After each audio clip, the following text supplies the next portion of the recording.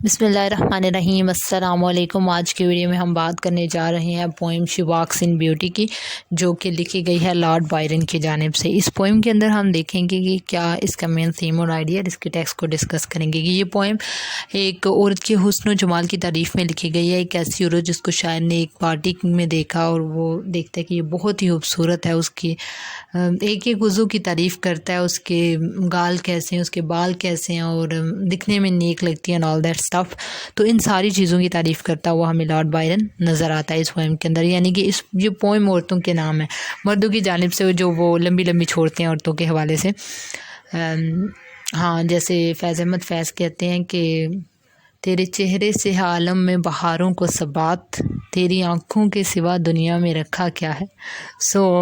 اسی طرح کی کچھ چیزیں لارڈ بائرن نے بھی اس کے اندر کی ہیں۔ کہتے ہیں she walks in beauty like the night of cloudless climes and starry skies. کہتے ہیں وہ بغیر بادلوں کی رات اور ستاروں بھرے آسمان کی طرح حسن کا مجسمہ ہے، یعنی کہ جس میں بادل نہیں اور ستاروں سے بھرا ہوا آسمان ہے، وہ بہت اٹریکٹ کرتا ہے انسان کو۔ بادل بھی کچھ لوگوں کو بہت اٹریکٹ کرتے ہیں، لیکن اگر ستاروں سے بھرا ہوا آسمان ہے اور کوئی بادل نہیں ہے تو جتنے وہ چمکدار ستارے لگتے ہیں آسمان پہ، اتنی خوبصورت وہ جو عورت ہے اس نے دیکھی تھی وہ ہے۔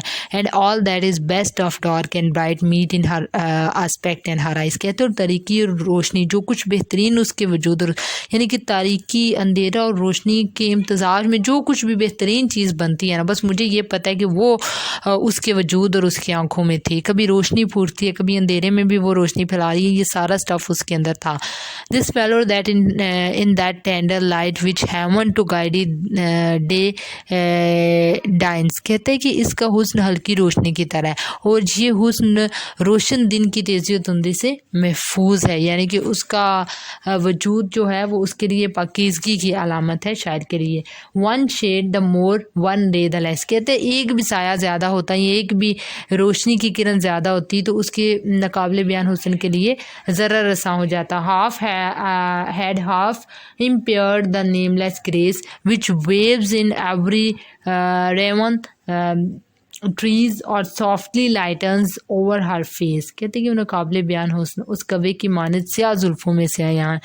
مطلب ویسے کوے کی مثال بالوں کے لیے خیر انگریزوں میں ہوتی ہوگی، وہ ہم جیسے الو کو سمجھتے ہیں الو یعنی بیوقوف، اور وہ وہاں انگریزوں کے ہاں اس کو ذہانت کی علامت سمجھا جاتا ہے، تو ہو سکتا ہے کوے کی طرح بالوں کو تشبیہ دینا۔ ہم تو کہتے ہیں نا کہ تمہاری زلفوں کا جال بکھرا ہوا ہے اور اندھیرا کی ہوئی ہیں اور آل دیٹ اسٹف۔ خیر کہتا ہے اور softly lightens over her face where thoughts serenely sweet express how pure how dear their dwelling place۔ کہتا ہے کہ اس کی دلاویز مسکراہٹ، اس کا پرسکون انداز کتنی پاکیزہ، کتنی پیاری حالات کی مالک ہے وہ عورت جس کو میں نے دیکھا دور کے ڈول سہانے، کیونکہ تم نے اس کو دور دور سے ہی دیکھا، پاس اس کو لگ رہے تھے، پتہ چلتا اس نے آنکھوں میں لینس لگائے ہوئے ہیں اور میک اپ کی تہیں بٹھائی ہوئی ہیں، اور اس کے علاوہ 2-3 پلاسٹک سرجریز بھی کروائی ہوئی ہیں، اور ہیئر جو تمہیں اس کے سنہری بال پیارے لگ رہے تھے، خیر اس نے تو بلیک لکھا ہوا ہے، تو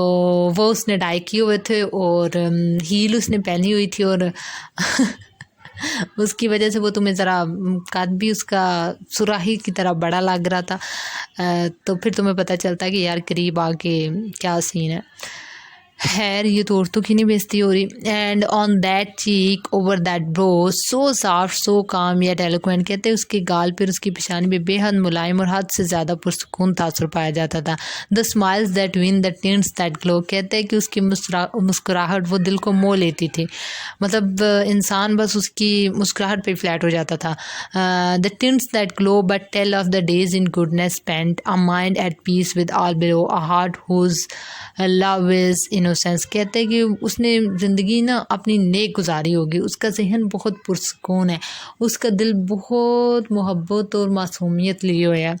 تو ہاں یہ تھی پوئم کیا شی واکس ان بیوٹی، یعنی کہ وہ خوبصورتی کا مجسمہ تھی عورت جس کو دیکھا تھا بائرن نے، اور ظاہر ہے وہ ایک رومانٹک پوئٹ تھا تو اس نے رومانٹک انداز میں ہی اپنے اس مسخر کر دینے والا جو حسن تھا اس عورت کا اس کو ڈسکرائب کیا، اور بڑے اچھے الفاظ کا چناؤ کرتے ہوئے عورت کی بیوٹی کو اس نے ڈسکرائب کیا۔ آئی ہوپ کہ آپ کو پوئم کی سمجھ آ گئی ہوگی، لڑکوں کو کچھ زیادہ ہی آ گئی ہوگی، ان کو تو مجھے لگتا ہے کہ سننے کی بھی ضرورت نہیں تھی۔